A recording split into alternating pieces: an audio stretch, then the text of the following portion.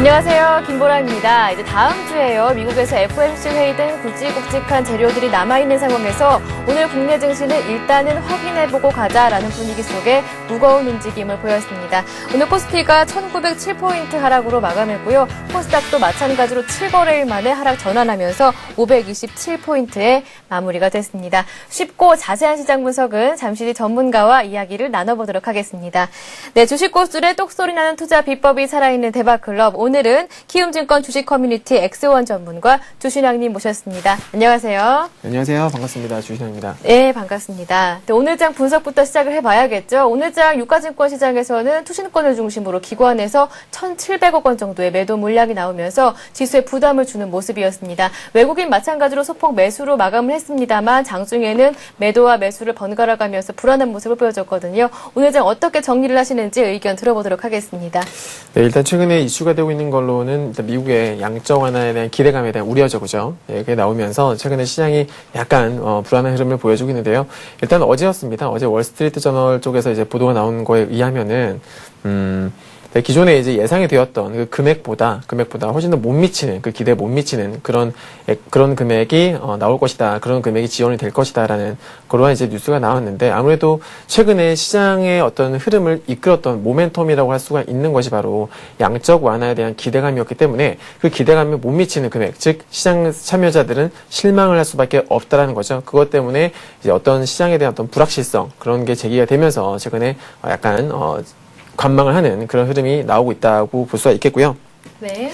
최근에 이제 그 상승했던 지수가 변동성이 약간 커지면서 기술적으로 봤을 적에 아직 상승 흐름이 유효합니다, 여러분들. 상승 흐름이 유효하지만은 어떤 그런 모멘텀적으로 약간 불안한 흐름이 지속이 되고 있다는 거 참고하셔야 될 것 같고요. 그리고 다음 주부터 해서 이번 주부터죠. 당장 내일부터 해가지고 미국의 이제 3분기 GDP 성장률 발표가 있겠고요. 다음 주에 중간선거, 그리고 뭐 11월 11일쯤에는 이제 G20 정상회의가 있습니다. 그런 어떤 빅 이슈들이 있기 때문에 아무래도 그런, 이슈들을 앞두고 여러분들 시장에서 어떤 분위기를 관망을 하는 분위기가 짙어지고 있는데요. 아무래도 방향성은 아직까지는, 정해지긴 이르다. 아무래도 그 모든 그런 이벤트가 다 끝나고 나서 그다음부터는, 이제 방향성이 정해질 것으로 예상이 되고요. 그때까지는 시장 분위기가 지금 탄력을 받을 수 있는 그러한 구간이 아닙니다. 그러다 보니까 뭐 가급적이면은 무리하게 매수를 하는 것보다는 이제 관망을 하면서 최대한 어떤 이제 시장의 방향성을 잡는 거, 그죠? 11월 다음 달에 G20 정상회의가 끝나고 나서 그때 그 즈음에 어떤 이제 매기가 쏠리는 쪽으로 하방이건 상방이건 아무래도 제가 봤을 적에는 이제 긍정적으로 보고 있는 그런 저 같은 경우에 긍정적으로 보고 있는데요. 상방으로 방향을 잡을 것 같긴 합니다. 왜냐면은 최근에 국내 증시에 있어서 외국인들의 매수세는 꾸준하게 지속이 되고 있는 것을 봤을 적에 아무래도 이제 최근에 국내 증시의 흐름을 이끌었던 외국인들 아닙니까? 그 수급이 꾸준하게 이어지고 있다. 즉 어떤 앞으로 나올 수 있는 변동성도 외국인들은 분명히 긍정적으로 보이는 것이 아니겠느냐, 저는 그렇게 생각을 하고요. 아직까지는 탄력이 있는 시장 상황은 아니다. 하지만 긍정적으로 볼 수 있겠다. 여러분들께서도 매매를 하실 적에 최대한 무리하게 매수는 하지 마시되 대신에 외국인들의 수급이 꾸준하게 들어오는 그런 업종이 분명히 있습니다. 그런 업종들 위주로 포트폴리오를 구성하시고요. 고점에 있는 종목들은 무리하게 추격 매수는 하지 마셔라. 이렇게 말씀을 드리겠습니다. 네, 이렇게 미국의 중간선거와 그리고 미국의 FOMC 회의 등 굵직굵직한 재료가 남아있는 상황에서 오늘장은 관망세가 짙은 장이었다, 이렇게 진단을 해주셨고요. 앞으로의 장 전망까지 한번 내다봐 주셨는데요. 다시 한번 간략하게 내일장 전략과 전망을 한마디로 좀 간단하게 요약을 할 수 있을까요? 네. 네. 어떤 시장의 이러한 분위기 속에서 아까도 말씀드렸다시피 탄력적인 시장은 아닙니다. 하지만 네. 그래도 미국 증시가 지지를 받았던 이유는 뭐냐면 실적 호전주들은 있다라는 거죠. 자, 시장이 약간 불안한 이런 상황에서 결국엔 믿을 것은 실적밖에 없다라는 겁니다. 그러다 보니까 최근에 이제 국내 증시의 어떤 흐름을 살펴보시게 되면은 실적이 이제 앞으로 최근 들어서 실적이 바닥을 쳤다거나 혹은 앞으로 실적이 증가할 수 있는 그런 어떤 기대감이 작용하는 종목들이 분명히 있다라는 거죠. 그런 종목들 위주로 베팅을 하신다라면은 실제로 지금 현재 이런 변동성 속에서도 흔들리지 않으면서 투자를 하실 수 있을 거라 생각을 합니다. 네, 이렇게 불확실성을 고려해서 일희일비할 때가 아니다라고 진단을 내려주셨으니까요. 이 점 주식 투자하실 때 꼭 참고하시길 바라겠습니다. 네, 이어서 주식 고수들의 투자 노하우를 명쾌하게 전해드리는 고수들의 투자 비법 함께하도록 하겠습니다. 오늘은 매주 목요일날 만나보는 순서죠. 주신영의 특공개미 프로젝트가 이어집니다.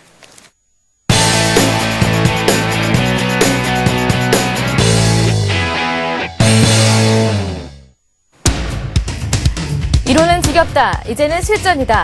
수익과 직결되는 살아있는 강의. 상위 5% 안에 들 수 있는 가장 쉬운 방법을 제시한다. 네, 주신왕의 특공개미 프로젝트 지금부터 함께 하도록 하겠습니다. 네, 주신왕의 특공개미 프로젝트 강의 앞서서요. 여러분들 오늘 실시간 종목 상담 참여하실 수 있는 방법부터 간단하게 얘기를 해드리도록 하겠습니다. 오늘 참여하실 수 있는 방법은요. 무료 문자 번호죠. 013-3366-0110번 열려 있는데요. 이 번호로 매수하신 종목명과 비중 그리고 매수가를 꼼꼼하게 적어주시면 주신왕님과 친절하게 자세하게 상담을 해드리도록 하겠습니다. 이뿐만 아니라 주식 투자하실 때 궁금하셨던 점들 뭐든지 질문을 남겨주실 수가 있는데요. 무료 문자 번호 또한 마찬가지고요. 그리고 서울경제TV 홈페이지 대박클럽 게시판도 활용해 보실 수가 있으니까요. 많은 참여를 기다리고 있겠습니다. 네, 그러면 주신왕의 특공개미 프로젝트 앞 시간에 제시해 주셨던 관심 종목들이 어떠한 흐름을 보이고 있는지 살펴보는 시간, AS 시간 가져보도록 하겠습니다. 네, 지난 시간에 LG전자와 CJ제일제당 그리고 LG생활건강을 짚어주셨는데요. 시장의 변동성이 굉장히 심했습니다만 이 세 종목은 꿋꿋하게 목표 수익률에 도달을 했습니다. AS 부탁드리겠습니다. 네. 오늘이 제 방송이 세 번째 방송인데요. 아직까지 좀 떨리네요. 그래서 약간 긴장을 하는 모습이 보여지고 있는데요. 약간 양해 부탁드리고요. 자, 일단은 LG전자부터 한번 살펴보도록 할게요, 여러분들.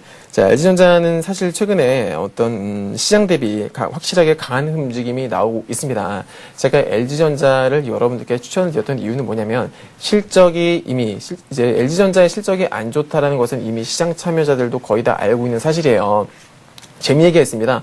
제 친구를 만났는데요. 제 친구 같은 경우에는 스마트폰을 쓰고 있었었는데 삼성 걸 쓰더라고요. 그래서 제가 LG전자 스마트폰에 대해서 물었더니만은 그 LG전자 어떤 대표적으로 밀고 있는 옵티머스라는 그 상품이 있는데 그 상품에 대해서 잘 모르고 있더라고요. 그런 것처럼 여러분들 최근에 LG전자의 어떤 시장의 어떤 그 지배력이 많이 떨어졌다, 점유율이 많이 떨어져 있다는 것을 알 수가 있는 한 예로 볼 수가 있겠는데, 지금 LG전자의 실적이 안 좋다는 것을 알고 있습니다. 하지만 이미 주가에 반영이 되었다는 거죠.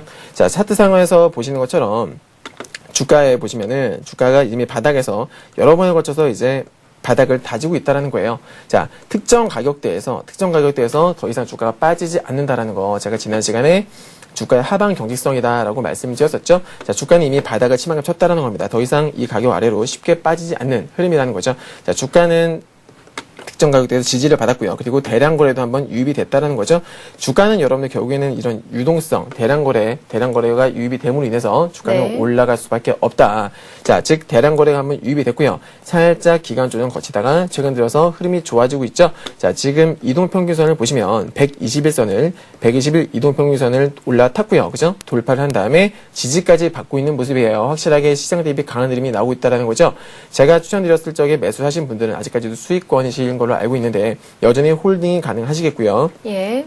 단기적으로 이제 여러분들께서 보유 마지노선을 99,000원 정도까지, 99,000원 이탈시까지는 홀딩 관점으로 보실 수 있겠다 이렇게 말씀을 드리겠습니다. 지금 추세 전환이 임박한 구간이에요. 주가가 바닥을 여러 차례 거쳤습니다. 고점은 낮아지고 있죠. 화면에 보시는 것처럼 이런 수렴형 차트가 나와주고 있기 때문에 지금 이 바닥권에서 이제 상승 파도만 나와준다라면은 큰 시세도 한번 기대를 해볼 수 있는 구간이다. 자, 99,000원 이탈시까지는 보유 관점으로 말씀을 드리겠습니다. 네.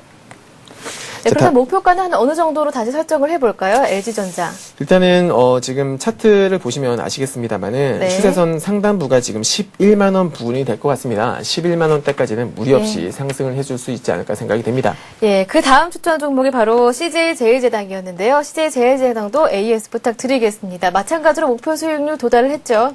네. 예. 제가 대박클럽에 출연을 해서 추천을 드린 종목들은요, 대부분 단기 위주로 제가 말씀을 드릴 텐데요. 네. 통상적으로 한 3에서 한 5% 정도 수익률을 목표로 말씀을 드리기 때문에 그 점 참고하시기 바라고요. 자, CJ제일제당입니다. 제가 방송이 나갔던 날이 이날이었죠? 예. 자, 저점에서 이렇게 도지형 캔들이 두 번이나 출연을 한 다음에, 그 다음에 제가 이제 방송 나갔었는데요. 매수 한번 해보셔라 말씀드렸는데, 사실상 제가 말씀드렸던 가격은 안 왔어요. 그 다음날 바로 이제 급등을 했기 때문에 가격은 안 왔습니다만은, 만약에 매수를 했을 경우에는 추천가 대비 거의 한 4에서 한 5% 정도 상승했었다. 자, 지금 만약에, 수익 실현을 하신 분들 계시면 지금은 보유하고 계시면 안 되겠습니다. 애초에 목표 수익률을 제가 3에서 5% 정도로 잡아지었기 때문에 차익 실현을 이미 하셨어야 되는 게 맞겠고요. 혹시라도 아직까지도 하더라도 보유를 하고 계신 분이 계신다면은 적절하게 익절 전략으로 가셔라. 통상 제가 여러분들께 어떠한 종목을 추천을 드리고요. 그 종목이 상승을 합니다. 상승해서 수익권에 도달을 했어요. 그러면 여러분들께서 분할 매도를 하시겠죠? 그런데 분할 매도를 한 다음에는 그 가격이 만약에 떨어진다. 분할 매도 했는데 떨어져요. 그럴 때 여러분들께서 매수하신 추천 가격을 위협을 하게 되면은 그때는 미련 없이 익절을 하시는 게 좋다. 수익 실현했던 종목을 손절매하지는 제가 말라고 말씀을 드렸습니다. 여러 번 강조를 드렸기 때문에 절대로 그렇게 하시면 안 되겠고요. 지금은 보유를 하고 계신 게 아닙니다. 여러분은 수익 실현하신 걸로 하겠습니다. 네, 그 다음 종목이 LG생활건강이었는데요. 26일날 추천가에 도달을 했습니다. 네. 3.7% 수익률을 기록을 했는데요. LG생활건강 이어서 살펴보도록 하겠습니다. 네, LG생활건강도 제가 낙폭과대권이다. 기술적인 반등이 나올 법한 자리다라고 말씀드렸었는데요.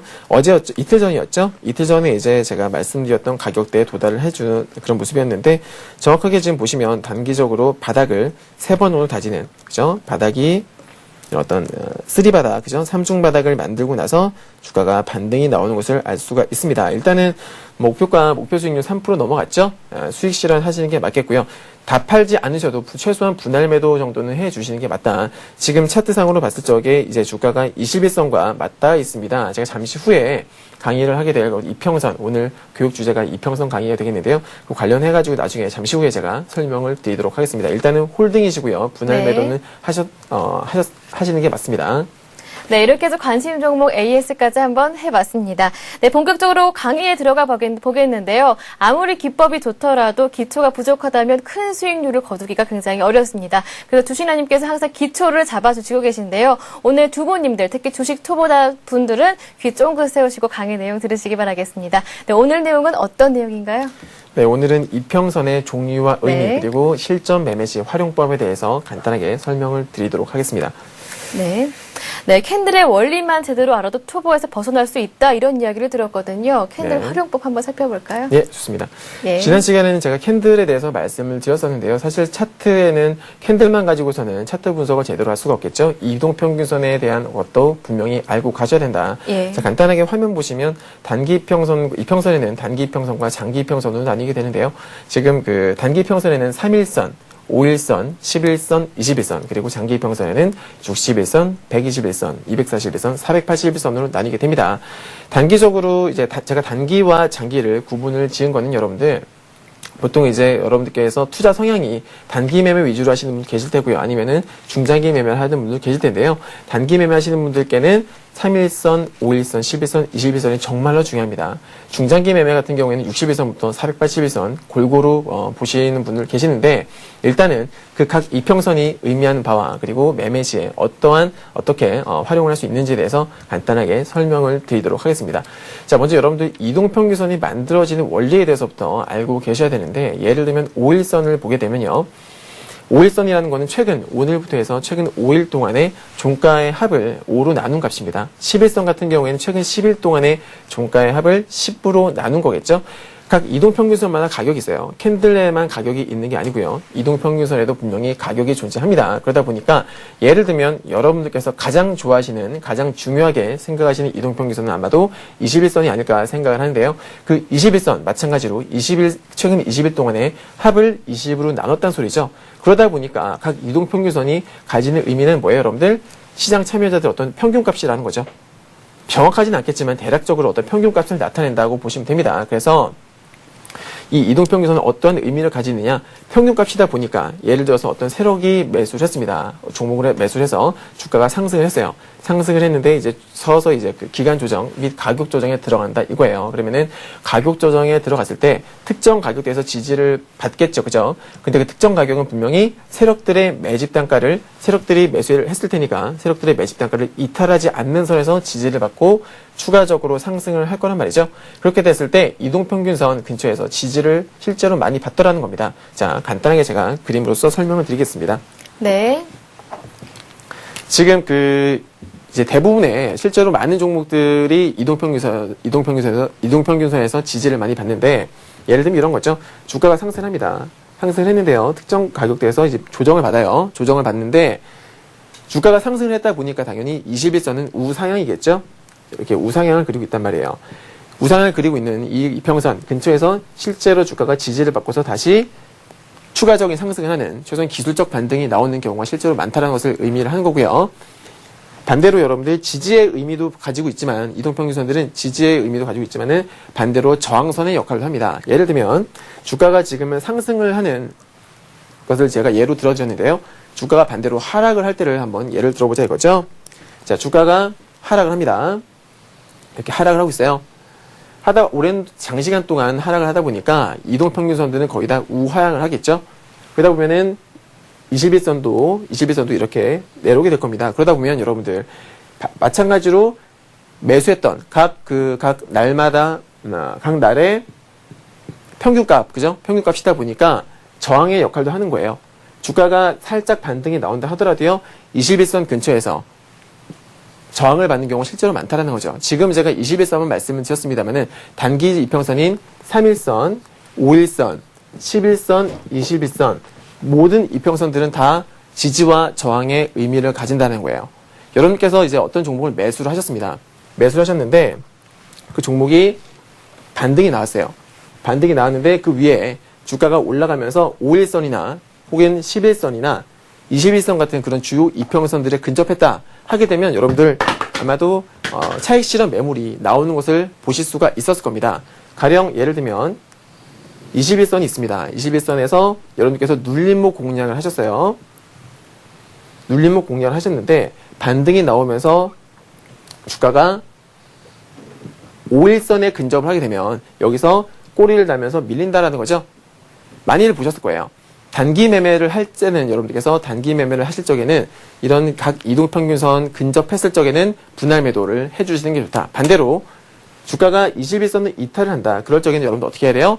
일단은 기본적으로 리스크 관리를 해주시는 게 좋다는 거죠.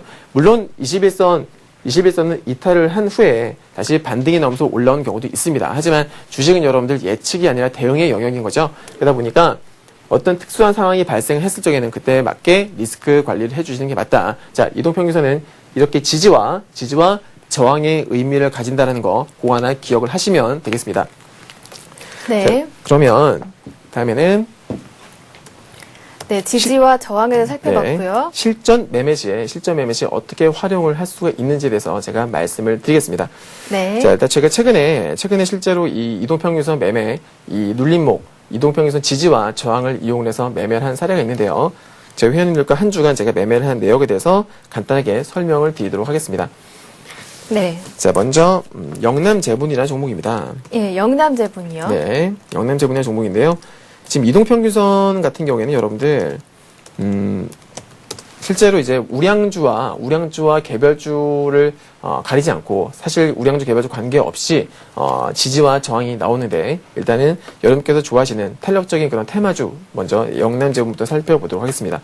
자, 영남제분 같은 경우에는 저희들이 이제 매수를 했던 가격은 3,300원이었습니다. 네. 자, 3,300원이었는데 차트를 보시면 아시겠습니다만은 주가가 단기간 급등을 했다가 가격 조정을 받은 구간이죠. 하지만 11선을 이탈을 하고요. 21선에 약간 못 미치는 가격이었습니다.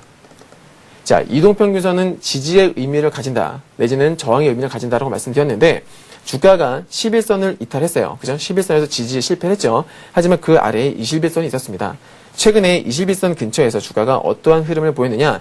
지난 시간에 제가 여러분들께 강의를 해드렸었던 캔들이 가지는 의미 기억을 하신다면 이해를 하기가 좀 더 쉬우실 텐데 21선 못 가서 음봉이 어떻게 됩니까, 여러분들? 아래 꼬리가 달리고 있죠. 자, 특징적인 것은 뭐냐면 대량거래 장대 음봉이었습니다. 대량거래 장대 음봉이 나왔다는 것은 일단은 매수하는 어떤 사람들로 하여금 무섭게 느껴지죠. 그죠? 장대 음봉인데 거래까지 증가했다 이거예요. 당연히 빠져나와야 되는, 그죠? 매수하기에는 좀 꺼려지는 그런 캔들이란 말입니다. 그런데 이런 장대 음봉, 즉 위협적인 장대 음봉이 나오고 나서 그 다음날 어떻게 했어요? 그 다음날 아래 꼬리 날리면서 음봉이 지지를 받는 그런 음봉이 나왔다라는 거죠. 비록 21선에는 약간 못 미쳤지만은 아랫꼬리를 달았다는 거. 즉, 아랫꼬리라는 것은 주가가 빠졌을 때 저점에서 누군가가 매수를 해줬기 때문에 아랫꼬리가 만들어진 것이다 라고 제가 말씀드렸었는데 바로 지금 그런 패턴이 나왔다는 거예요. 그래서 일단 지지를 한번 받았었기 때문에 21선 근처에서 지지를 받았었기 때문에 그 지지력을 믿고서 한번 매수를 해본 거죠. 그래서 단기적으로 반등이 나왔는데요. 어제 같은 경우에 한 6% 정도 올라가서 수익 실현을 할 수가 있었습니다. 자, 영남제부는 21선 눌림목 공략이 되었겠고요. 과거에도 지난 차트도 한번 보겠습니다. 여러분들 보시면 영남제부는 세력주예요. 그죠? 세력주이면서 테마주가 되겠는데 꾸준히 21선 근처에서 어떻게 됩니까? 지지를 받는 것을 알 수가 있죠. 그죠, 여러분들? 자, 정말로 중요합니다. 이동평균선. 실제로 이평선이 만약에 없다면, 차트에 이동평균선이 없다면 어떤 매매 기준이 없는 거예요. 매수를 하려고 해도 대체 어디서 매수를 해야 되는지 알 수가 없다는 거죠. 이동평균선이 가지는 의미 정말로 크다. 여러분께서 매수를 하실 적에는 최소한 매수 기준을 삼으셔야 되는데 그 기준을 이동평균선으로 잡으셔라. 물론 이제 실력이 좀 더 쌓으시면 여러 가지 뭐 매매 기준이 생기실 겁니다. 하지만 초보이실 때는 매매 경험이 별로 없을 적에는 이런 이평선 매매 간단하고 쉽게 하실 수가 있다는 겁니다. 자, 과거에도 보시면 분명히 21선 근처에서 지지를 받고서 반등이 나오는 것을 볼 수가 있죠. 하지만 반대로 이탈을 하는 경우도 많아요. 이탈을 할 적에는 과감하게 손절매를 해주시는 게 좋다 말씀을 드리고요. 네. 자, 다음 종목입니다. 다음 종목은 서희건설이에요. 이 종목은 제가 어제 회원님들께 추천을 드렸던 종목인데요. 자, 서희건설 역시 최근 들어서 급등을 했던 종목이죠. 자, 잘 보세요. 비슷한 원리가 숨어 있는데 서희건설 보시면 여러분들 장대 음봉이 또 나왔습니다. 그죠? 장대 음봉 무섭잖아요. 장대 음봉이 나왔는데 11선을 깼어요. 11선을 깨고 11선을 이탈하고요. 장대 음봉이 나오면서 21선까지 떨어질 것 같은 그런 모습을 하고 있었죠. 그런데 어떻게 됩니까, 여러분들? 21선 못 가서 지지를 받고 있는 거예요. 더 이상 추가 하락이 없이. 그리고 어제 살짝 빠졌는데요. 자, 제가 조금 전에도 여러분께 강조를 드렸었던 아랫꼬리가 달린 음봉. 지난 시간에 제가 지지의 의미를 가진다고 제가 강조를 드렸었던 그 바로 지지 캔들이 나온 거죠. 어디서? 21선 근처에서. 그래서 매수를 했고요. 오늘 어떻게 했습니까? 예, 오늘 장중에 5%, 5.8% 정도 상승을 해주는 그런 움직임이 나왔다. 단기 매매하기에는 여러분들, 단기 매매하기에는 정말 최적의 매매 기법이다라고 할 수가 있겠습니다. 지금 제가 보여드리고 있는 것은 이동평균선의 지지를 이용한 눌림목 매매 기법이에요. 지난 시간에 제가 여러분들께 말씀드렸던 이평선, 그죠? 캔들, 지지 캔들과 이런 이동평균선이 근접했을 때, 이동평균선에 근접했을 때 지지 캔들이 출현하면 눌림목의 성공 확률이 높아진다는 거. 그걸 제가 지금 말씀을 드리고 있는 거고요. 다음 종목입니다. 다음 종목은 한진중공업 되겠는데요. 네. 한진중공업 같은 경우에는 저희가 잘 보시면 최근 들어서 이제 조선주 흐름 좋잖아요. 그죠? 기관과 외국인들의 매수가 상당히 많이 유입이 되면서 흐름이 다들 좋은데 한진중공업 차트를 잘 보세요. 여러분들 보시면 어떻게 됩니까? 올라가는 상승 구간에서 21선 근처에서 내지는 11선 근처에서 지지를 받으면서, 그죠? 지지를 받으면서 추가적인 상승을 하고 있는 것을 볼 수가 있습니다. 제가 저희 회원님들께도 눌림목 매매를 하시라고 항상 말씀을 드리는데, 눌림목 매매, 이평선을 이용한 눌림목 매매를 하게 되면 일단 리스크 관리를 잘 짧게 할 수가 있다는 그런 장점이 있는데요. 보시면 어차피 이동평균선을 기준으로 매수를 하는 거기 때문에 이탈하면 손절이에요. 그죠? 보통 손절폭은 3% 전후가 되는데요. 그 정도 손절폭은 충분히 감내할 수 있다는 거죠. 일반적으로 이제 시장 참여자, 그러니까 투자자 여러분들께서 매수를 하실 적에는 고점에서 추격 매수를 하시는 그런 경향이 있는데 그러지 마시고 올라갈 적에는 매수하지 마시고 저처럼 기다렸다가 최대한 이동평균선에 근접했을 때 눌림목 매매를 하셔라 이렇게 말씀드리겠습니다. 자, 지금 한진중공업 같은 경우에도 저희가 매수했던 날은 이날이었어요. 이 양봉이 나왔던 날 있죠? 자, 보시면 주가가 최근에 대량 거래 터지면서 양봉이 나왔습니다. 한 차례 상승했고요. 그때 제가 추격 매수 하지 마시라고 했죠. 주가가 살짝 밀리고 있었어요. 근데 밀리면서 캔들이 어떻게 됩니까? 아랫꼬리를 달면서 어디서? 11선에서. 그죠? 11선에서 아랫꼬리를 달면서 지지 캔들이 출현을 하고 있었다는 거죠. 그래서 매수를 했고요. 단기적으로 매수했던 매수가 대비 4%에서 5% 정도 상승을 해주는 움직임이 나왔다는 겁니다. 정말 쉽죠, 여러분들? 네. 자, 이동평균선을 이렇게 활용하실 수가 있겠고 한 종목만 더 보겠습니다. 한진중공업 살펴봤고요. 네. 다음 종목은 계양전기입니다. 예. 계양전기 같은 경우는 최근에 상한가가 나왔던 종목이에요. 잘 보시면 상한가가 나온 다음에 주가가 일단은 가격 조정을 받았죠. 자, 가격 조정을 받았는데 5일선을 이탈했어요. 5일선 이탈하고요. 11선 못 가서 자, 이 캔들이 나왔죠. 지난 시간에 말씀드렸던 무슨 캔들이에요? 지지 캔들이죠. 아래 꼬리가 달리고서 양봉이 나왔어요. 11선 근처에서 지지 캔들이 나왔고요. 어떻게 됐습니까? 하루 쉬었다가 바로 급등을 해준 흐름이에요. 저희 같은 경우에는 이날 팔았어요. 네, 이날 팔았는데 팔고 나니까 더 올라가더라고요. 약간 배가 아팠는데 마찬가지예요. 어쨌거나 기본적인 원리, 우량주에도 적용이 되고요. 이런 개별 테마주에도 적용이 되는 기본적인 원리다. 어떤 원리? 이동평균선. 모두가 지켜보는, 모두가 모든 사람들의 어떤 기준이 되는 이동평균선의 주가가 근접했을 때 지지를 받는 모습을 확인해라. 그렇게 되면은 지지 캔들을 확인하라는 거겠죠? 지지 캔들이 확인된 그런 종목들 위주로 매매를 하신다라면은 단기적으로 이런 기술적 반등을 노리는 이런 매매를 하실 수가 있다라는 겁니다. 네. 그래서 지금까지 어떤 5일선, 네. 21선과 11선에서 이렇게 지지를 받는 움직임 그런 거 제가 보여드렸습니다. 네, 이렇게 해서 오늘 강의 내용을요, 실제 종목들에서 차트에서 어떻게 나타나는지 분석을 한번 해봤습니다. 이제는 이쯤에서 들어가 봐도 괜찮은 종목, 관심 종목 어떤 종목들이 있는지 살펴보도록 하겠습니다. 자, 오늘 제가 그 관심 있게 보는 종목, 여러분들께 추천을 드린 종목은요, 일단 먼저 OCI부터 볼게요. 네. 네. OCI, 여러분들 좋아하시는 종목이죠, 그죠? 최근에 이제, 화학주로서 해서 최근에 상승 흐름이 좋았었어요. 근데 이제 최근 한두 달 사이에 기간 조정 및 가격 조정을 좀 받았는데요. 자, 차트를 잘 보세요. OCI 같은 경우에는요, 일단 여러분들 우량주 중에서요, 큰 폭으로 상승했던 종목들은요, 항상 올라갈 수는 없잖아요. 올라가다가 가격 조정을 받기 마련인데, 가격 조정을 받을 때, 고점을 쫙 이어보세요. 이렇게. OCI처럼 고점을 쫙 이어보시면요, 나름대로 어떤 추세를 읽을 수가 있습니다. 자, 그런데 나름대로 이런 추세가 있었는데 어제였죠? 어제 대량 거래가 유입이 되면서 그것도 기관의 대량 매수가 유입이 되면서 장대 양봉이 나왔다라는 거예요. 자, 중요한 건 제가 첫 시간에 여러분들께 이런 말씀 드렸었을 거예요. 고점이 일정하게 내려옵니다. 고점이 내려오는데 추세 전환 시도를 하려면 최소한 그 고점을 돌파를 해야 된다는 거죠. OCI가 지금 그런 흐름이 나온 거예요. 추세 전환 시도를 해주고 있다고 보실 수가 있겠고요. 고점에서 계속적으로 저항을 받는데 저항을 받다가 어제였죠, 그죠? 대량 거래가 유입이 되면서 돌파를 했다. 자, 이렇게 되면 여러분들 일단 추세 전환 시도가 나온 거예요. 나오게 되면 이제부터는 좀 긍정적으로 볼 수가 있다는 거죠. 가격 조정 및 기간 조정은 이제 끝났다고 볼 수가 있는 겁니다. 매매 기준을 무엇으로 잡느냐?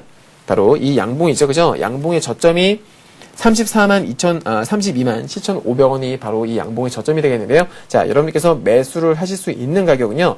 자, 사실상 이 종목은 오늘 아침에 저희 회원님들께 제가 이렇게 말씀을 드렸었어요. 오전에 좀 하락을 했었거든요. 오전에 살짝 빠지더라고요. 제가 말씀드렸던 건 4만 원 정도, 4만 원에서 그 아래로 해서 매수가 가능하다라고 저희 회원님께 말씀을 드렸었는데 실제로 아래 꼬리가 달리면서 멋지게 끌어올렸죠. 종가 관리를 해주면서 마무리를 지었는데요. 매수를 여러분께서 매수가 가능하신 가격은요. 33만 네. 5천 원까지 말씀을 드릴게요. 네. 자, 33만 5천 원 아래로요. 5천 원 아래로 한 10% 정도 분할 매수해 보시기 바라고요. 손절매는 여러분들 32만 8천 원. 자, 저점이 32만 7,500원이지 않습니까? 이 양봉이 깨지면 안 되는 거예요. 왜냐면 이 양봉으로 하여금 추세 전환 시도가 나오는 거기 때문에 이 양봉의 저점을 손절매 가격으로 잡으시는 게 맞다. 그래서 OCI 이렇게 말씀을 드리겠고요. 네, 첫 번째 관심 종목으로 OCI 살펴봤고요. 네.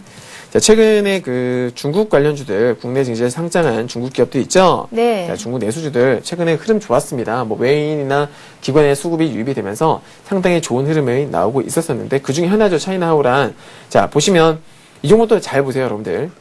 추세가 급격하게 상승 추세를 보여주고 있는데, 올라가면서 중간에 21선 근처에서 지지를 받죠. 자, 상승 흐름이 강한 종목들은요, 이렇게 이동평균선에서 지지를 받는다는 거, 아까 말씀드렸던 내용. 자, 아직까지 그 흐름은 유효하다고 볼 수가 있겠는데요. 지금 보시면, 주가가 단기적으로 상승을 하고요. 주가가 11선이, 그죠? 11선 근처에서 살짝 지지를 받고 있는 그런 모습이에요. 일단, 최근 들어서, 음봉이 세 차례가 나왔는데, 세 차례 음봉이 나올 때 어땠습니까? 거래량이 다 증가하는, 그죠? 기본적으로 여러분들 양봉에는 거래가 증가하면 긍정적이지만 음봉에는 거래가 증가했을 때 그렇게 좋게 보지 않습니다. 그것도 고점이지 않습니까? 고점에서 대량 거래 음봉이 3개나 나왔는데 3차례나 나왔는데 주가가 오늘 지지를 받은 거예요. 그죠? 어떻게 볼 수 있겠어요? 당연히 일단은 긍정적으로 볼 수가 있겠죠. 거기다가 오늘 이렇게 아래 꼬리를 단 이런 지지 캔들로서 마감을 했지 않습니까? 자, 여러분께서 차이나하우란 같은 경우에는요. 최대한 싸게 한번 매수를 해보셨으면 좋겠어요. 종가가 6,440원인데요. 최대한 6,300원이나 6,400원 그 사이로 해서 매수를 해보시는 게 좋겠고요. 손절매는 한 6,150원, 6,150원 이탈하면 손절매 대응을 하셨으면 되겠습니다. 네, 이렇게 해서 차이나 하우란까지 한번 살펴봤는데요. 나머지 관심 종목은 어떤 종목인가요? 자, 다음 관심 종목은 대덕전자입니다. 네. 네. 여러분들 이 대덕전자 보시면 오늘 차트가 참 재밌죠? 자, 이 종목이 오늘 아침에 개파락으로 출발했어요. 일단 자기 주식 처분이라는 뉴스가 나오면서 아침에 개파락으로 출발했는데요. 자, 일단 재밌는 것은 뭐냐면 여러분들 어떤 나름대로 일단 갭 하락으로 출발을 했다라는 것은 오전에 그 시장 참여자들이 악재로 판단했다는 겁니다. 누군가는 손절매 했겠죠, 그죠? 갭 하락으로 출발했으니까 누군가는 손절매를 했을 텐데 재밌는 것은 손절매 했을 텐데 시작하자마자 강하게 거래량이 터지면서 주가를 시뻘건 양봉으로 마감했다라는 거예요. 자, 주가가 어디입니까, 여러분들? 아직까지는 상승 추세가 유효하고요. 지금 21선 못 가서, 그죠? 21선 못 가서 이런 양봉이 멋지게 나왔다라는 거예요.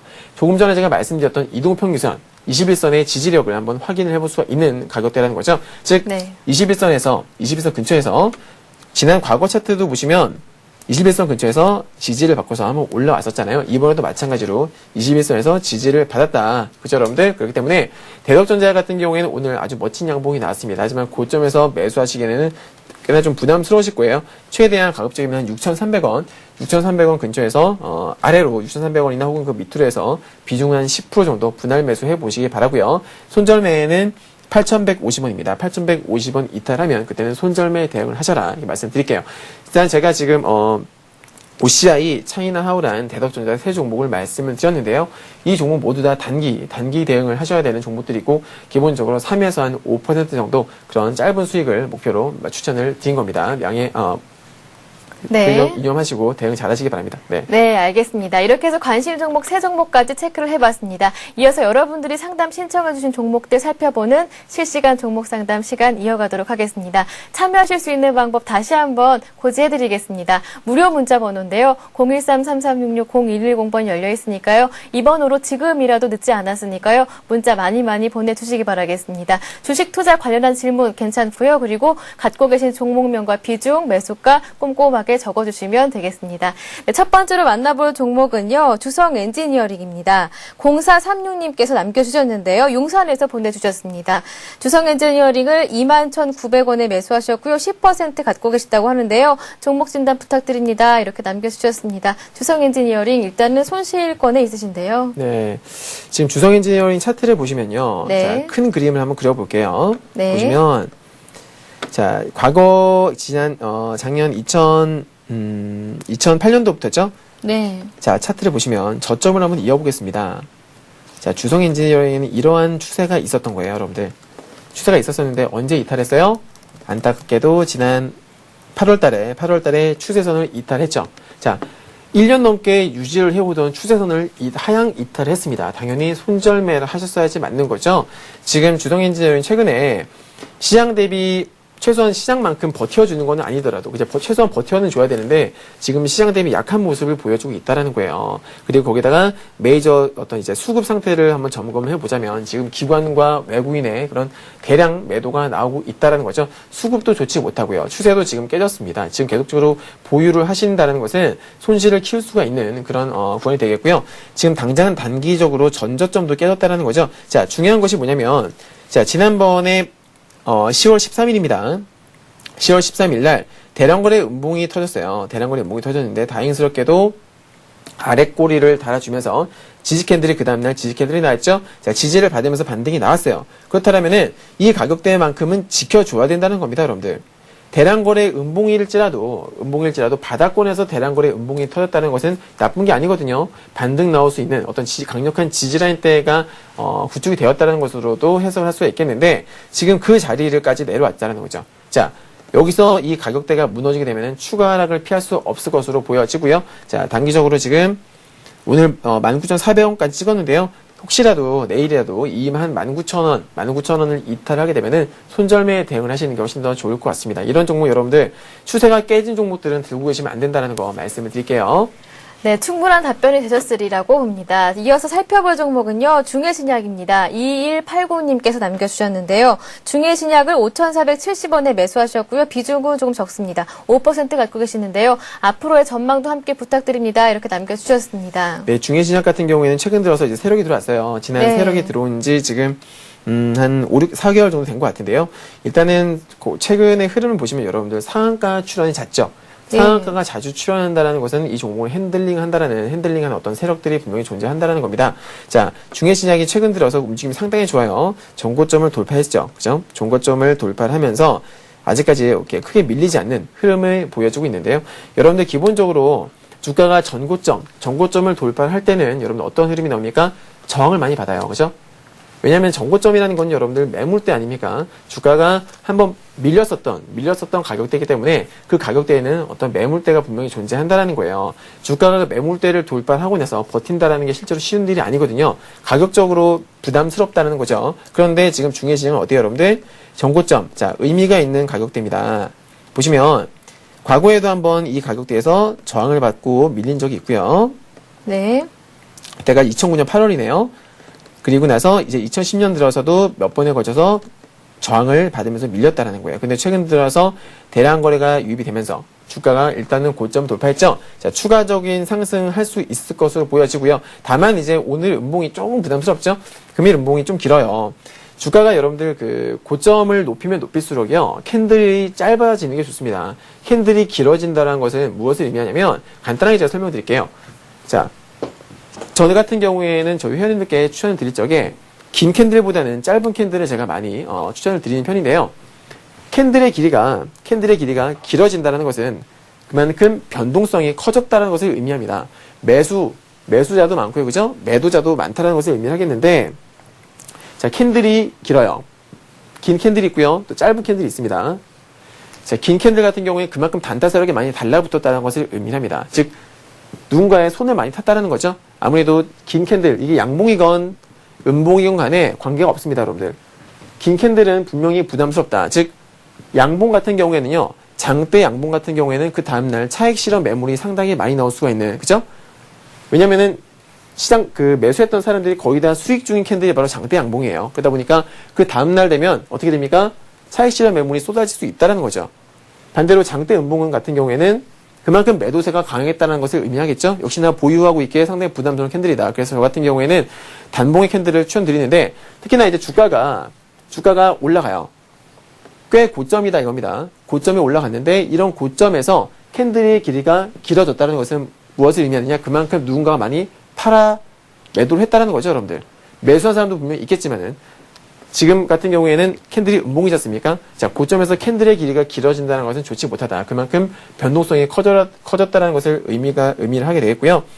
계속적으로 홀딩 하시는 것보다는 지금 매수 단가가 그닥 낮지 않으세요. 만약에 저점이시라면 한 4,500원이나 한 700원대시라면 제가 그냥 홀딩을 해보시라고 말씀을 드리고 싶은데요.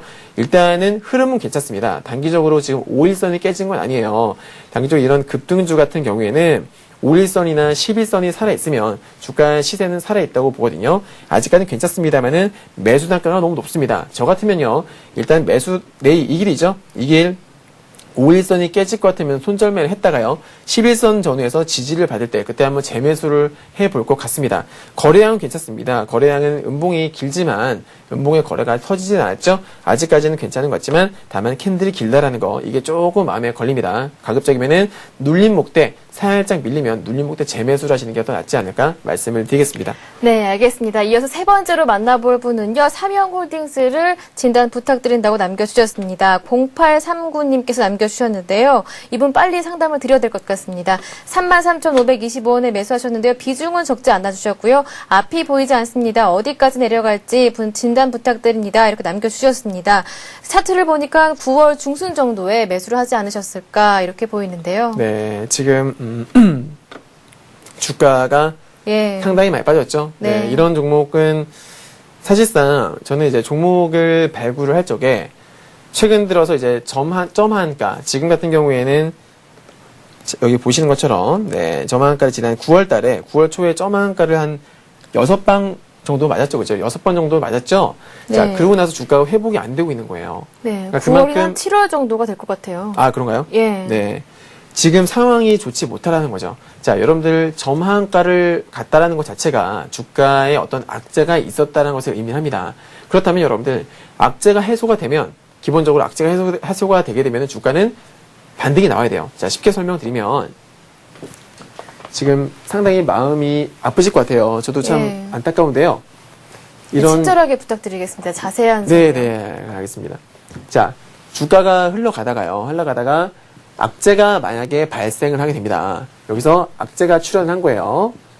그러면 주가는 빠지게 되겠죠? 자, 주가는 하락을 하게 될 겁니다. 뭐 심한 경우에는 지금 삼형홀딩스처럼 점한가를 가면서 빠지겠죠. 근데 만약에 그 악재가 이제 더 이상 주가에 영향을 미치지 못할 정도로, 즉 희석이 되면 악재가 악재인 줄 알았는데 예를 들어서 루머였다. 예를 들면 루머였다. 악재가 아니더라. 그렇게 판명이 나면은 주가는 자연스럽게 악재가 발생했던 시점의 주가로 다시 올라가게 됩니다. 그게 주가의 기본적인 원리예요. 그죠? 예를 들어서 어떤 종목의 실적이 정말 안 좋습니다. 실적이 안 좋아서 적자 전환해서 전년 대비 적자 전환해서 주가가 빠졌다. 그럼 실적이 앞으로 좋아질 것 같으면 다시 올라오게 되어 있어요. 결국에는 여러분들. 하지만 삼성홀딩스를 보십시오. 저만가를 가고 나서 주가가 어떻게 됩니까? 회복을 전혀 못하고 계속 바닥을 기고 있죠? 오히려 저점을 낮출 것 같은 그런 움직임까지 나오고 있다는 겁니다. 자, 정말 가슴 아프시겠지만 이런 종목을 절대로 보유하고 계시면 안 되겠습니다. 신규 매수도 하지 마세요. 저는 회원님들께 이렇게 말씀드려요. 아무리 좋은 매수 급소가 탄생하더라도요. 최근에 점 한가를 맞고서 주가가 지지부진한 흐름을 보이면 절대로 그런 종목들은 쳐다도 보지 말아라. 항상 제가 이렇게 말씀을 드리는데 지금 삼성홀딩스는 보유를 하고 계시면 안 됩니다. 더 이상 어떤 여기서 이 미련을 버리셨으면 좋겠고 과감한 손절매만이 살 길이다. 차라리 여러분들 지금 시장에는 종목이 많거든요. 1900개가 넘는 종목들이 있습니다. 그 종목들 외국인들이나 혹은 기관들이 매수하는 지금 차트가 우상향을 그리고 있는 그런 정말 아주 이쁜 종목들이 많다라는 거죠. 근데 굳이 이런 종목에 차트가 우하향이고 점한가를 맞고 나서 회복도 못하는 이런 종목에 물려있을 필요가 없다라는 거죠. 힘드시겠지만 제가 첫 시간에 강의했던 거 기억하실지 모르겠어요. 종목과 사랑에 빠지지 말라. 미련을 버리라는 거죠. 이 종목과 사랑에 빠지시면 안 됩니다. 과감하게 손절매하고 나오시는 게 회원님의 계좌를 지키는 길이다. 예, 그렇게 말씀을 드리겠습니다. 힘내십시오. 네. 0830님 오늘 상담 내용 잘 참고하셔서요. 현명한 투자하시길 바라겠습니다. 네, 곧바로 다음 살펴볼 종목은 현대제철입니다. 8206님께서 남겨주셨는데요. 현대제철을 11만 원에 매수하셨고요. 30% 갖고 계시다고 합니다. 어떻게 대처해야 할까요? 라고 남겨주셨는데요. 오늘 실적은 좀 양호하게 나왔는데요. 어떻게 주가에 반영이 될까요? 최근에 이제 중국 금리 인상과 관련해가지고 약간 영향을 받고 있는 것 같은데요. 일단은 포스코 차트를 보시면 포스코 같은 경우에도 최근 들어서 흐름이 좋지 못해요. 그죠? 계속적으로 이제 흘러내리고 있는 모습인데요. 일단은 리스크 관리는 하시는 게 좋을 것 같아요. 네. 가장 중요한 것은 앞으로 향후 어떠한 흐름이 전개될 것인가가 아니라 일단은 당장은 여러분들 차트를 보시면 당장은 지켜야 할 가격을 이탈을 했지 않습니까? 자, 여기서 제가 말씀드리는 지켜야 할 가격은 바로 이 가격이 되겠죠? 과거에 주가가 현대제철이 꾸준하게 지지를 받았었던 11만 원 정도 되겠네요. 네, 이 가격대를 지금 이탈하고요. 자, 여기서 한번 그나마 살짝 이제 반등이 나오면서 기술적 반등이 나오긴 했는데 중요한 거는 그 가격마저도 지금 이탈한 거죠. 그래서 이렇게 되면 여러분들 추세가 하향 추세로 아예 꺾여버릴 수도 있다라는 거 지금 계속적으로 홀딩을 하시는 것보다는 과감하게 지금 다행스러운 거는 매수 단가가 그렇게 높진 않으세요. 크게 물린 상태는 아니신 것 같아요. 충분히 비중을 최소한 비중이라도 줄일 수 있을 것 같은데요. 일단은요, 내일 과감하게 가급적이면은 좀 비중을 좀 줄이시고요. 제가 추천을 드렸었던 LG전자 같은 거 있지 않습니까? 서서히 바닥을 다지는 이미 고점에서 더 이상 올라가지 못해서 탄력이 떨어지는 종목보다는 차라리 바닥권에서 서서히 에너지가 들어오고 있는, 그죠? 수급이 몰리고 있는 그런 종목으로 교체 매매를 하시는 것이 훨씬 낫다. 이렇게 말씀을 드리겠습니다. 그래서 일단 내일 장이 열리게 되면요. 가급적이면 최대한 매수가 근처에서 교체 매매를 하시는 게 제가 추천드린 종목으로 교체 매매를 해보시는 게 훨씬 더 나을 것 같습니다. 네, 현대제철 오늘 상담 신청해주신 분들이 굉장히 많으신데요. 오늘 전망 짚어주셨던 부분 잘 참고하셔서 현명한 투자에 응용하시기 바라겠습니다. 곧바로 다음 살펴볼 종목은요. 청호전자입니다. 2,040원에 매수하셨고요. 20% 갖고 계신데요. 목표가와 손절가 부탁드립니다. 이렇게 남겨주셨습니다. 휴대전화번호 끝자리 3732님께서 남겨주셨는데요. 다음 종목으로 청호전자 살펴보도록 하겠습니다. 네. 성호전자 아닌가요? 아, 예. 청호전자죠. 청호전자 아니죠? 깜짝 놀랐어요, 지금. 잘못 보내주셨나봐요. 네, 청호전자 같은 경우에는 지금 88원짜리더라고요. 그래서, 깜짝 놀랐는데, 성호전자겠죠? 네. 자, 매수 단가가 얼마시라고요? 매수 단가가 2,040원이시고요. 2,040원이요? 예, 20% 갖고 계십니다. 20%요? 네. 일단 성호전자 같은 경우에는 흐름 자체는 나쁘지가 않네요. 지금 얘도 이제 이 종목 같은 경우에도 여러분 이런 게 있어요. 재밌는 건데요. 차트 잠깐 제가 화면을 설명드릴게요. 네. 여러분께서 매매를 하시다 보면은 이제 일단 상한가를 갔다라는 것은 여러분들 세력이 존재한다는 거예요. 기본적으로 일반 개인 투자자들이 상한가를 만들지는 못하겠죠. 그래서 그 종목이 상한가를 갔다는 것은 분명히 어떤 세력이 입지를 했다는 소리인데 보통 이렇게 단기적으로 상한가를 포함해서 상한가가 나오면서 단기적으로 급등을 하는 그런 종목들이 있습니다. 급등을 한 다음에는 이 종목이 보통 이제 가격 조정 받죠. 급격하게 조정을 받게 되는데 심한 경우에는 계속 빠집니다. 그죠? 계속 빠져요. 하지만 가끔마다 보면은 한번 대시세까지 아니더라도 최소한 약간의 그런 상승 이후에 주가가 기간 조정, 그죠? 가격 조정 및 기간 조정으로 들어가는 경우가 있어요. 그러다 보면 어떻게 됩니까? 다시 2차 상승이 나오는 그런 경우를 볼 수가 있겠는데, 원리를 알고 계셔야 돼요. 주가가 단기적으로 급등을 하게 되면 고점에서는 대량 거래가 터집니다. 그죠? 고점에서는 양봉이건 음봉이건 대량 거래가 터질 수밖에 없는 거예요. 그죠? 대량 거래 터지게 되면은 그 매물 부담 때문에 주가는 빠질 수밖에 없어요. 그러고 나서 주가가 한동안 옆으로 횡보를 하면서 어떤 상승과 하락을 반복하는 그런 파동이 나오면서 기간 조정 구간에 들어가게 되면은 고점에서 물린 그런 투자들은 지쳐서 손절매를 하거나, 그죠? 손절매를 하거나 홀딩하는 사람보다는 사실 손절매를 하는 사람이 많죠. 아니면은 전혀 홀딩을 하더라도 중간중간에 주가가 살짝씩 파동이 나올 때, 상승 파동이 나올 때 손절매를 하는 경우가 상당히 많은데요. 지금 성화전자 같은 경우에도 마찬가지입니다. 주가가 급등을 했어요. 급등을 했는데 주가가 빠지지 않는다는 거죠. 기본적으로 여러분들 주가가 대량 거래가 터지고 난 다음에는 주가는 빠지면 안 돼요. 버텨야 됩니다. 성화전자 같은 경우에도 뭐 단기적으로 보게 되면은 주가가 빠졌다라고도 보실 수가 있겠지만 그림을 크게 놓고 보면은 주가는 안 빠지고 있는 거예요. 제가 말씀드렸죠. 아까 주가가 대량 거래가 터지고 나서 일정 기간 횡보를 하거나 바닥을 다지고 있으면 2차 상승을 할 수 있는 경우가 많더라. 즉 지금 가능성은 있어 보이거든요. 대량 거래가 터졌으면 주가가 빠지는 게 정상이에요. 근데 안 빠지고 지금 옆으로 계속 저점을 높이면서 올라가고 있다는 거죠. 자, 매수 단가 비중은 20% 적당하신 것 같은데요. 지금 흐름이 깨지면 안 될 것 같아요. 지금 최근에 보시면은 주가가 이제 그 갭을 띄우면서 윗꼬리를 달고 있는데요. 제가 좀 전에 말씀드렸던 거, 이렇게 갑작스럽게 조금씩이라도 상승을 하게 되면 고점에서 물린 사람들은 손절매가 나옵니다. 근데 중요한 건 뭐냐면 이 손절매가 나오고 나서 주가가 밀리지 않으면 된다는 거예요. 실제로 지금 어제 같은 경우에도 음봉의 거래가 제법 증가했죠. 그리고 얼마 전에도 대량 거래 음봉이 나왔음에도 불구하고 주가가 안 빠지고 있죠. 긍정적으로 볼 수 있는 거예요. 홀딩 한번 해보시기 바라고요. 회원님께서 보유하고 계신 마지노선은요. 보유 마지노선은 한 2,000원 정도. 네, 2,000원만 이탈하지 않으면 홀딩 관점으로 보실 수 있을 것 같습니다. 네. 네, 이렇게 해서 실시간 종목 상담까지 마쳐봤습니다. 오늘도 많은 분들이 참여를 해주셨지만 시간 관계상 여기에서 마쳐야 할 것 같습니다. 네, 오늘 강의 내용 관련해서 궁금하신 점이 있으시거나 아니면 상담받고 싶은 종목 있으시면 언제든지 저희에게 보내주실 수가 있는데요. 무료 문자 번호 013-3366-0110번 열려 있고요. 서울경제TV 홈페이지에서 대박클럽 게시판도 활용해 보실 수가 있으니까요. 많은 참여를 기다리고 있겠습니다. 네, 오늘 강의해 주시고 상담까지 맞춰주신 주신영님 수고 많으셨습니다. 고맙습니다. 감사합니다. 네, 내일은 금요일이죠. 매주 금요일마다 대박클럽은 여러분들의 부동산 투자 가이드가 되드리고 있으니까요. 내일도 꼭 저희와 함께 해주시기 바라겠습니다. 오늘 하루 잘 마무리하시기 바랍니다. 고맙습니다.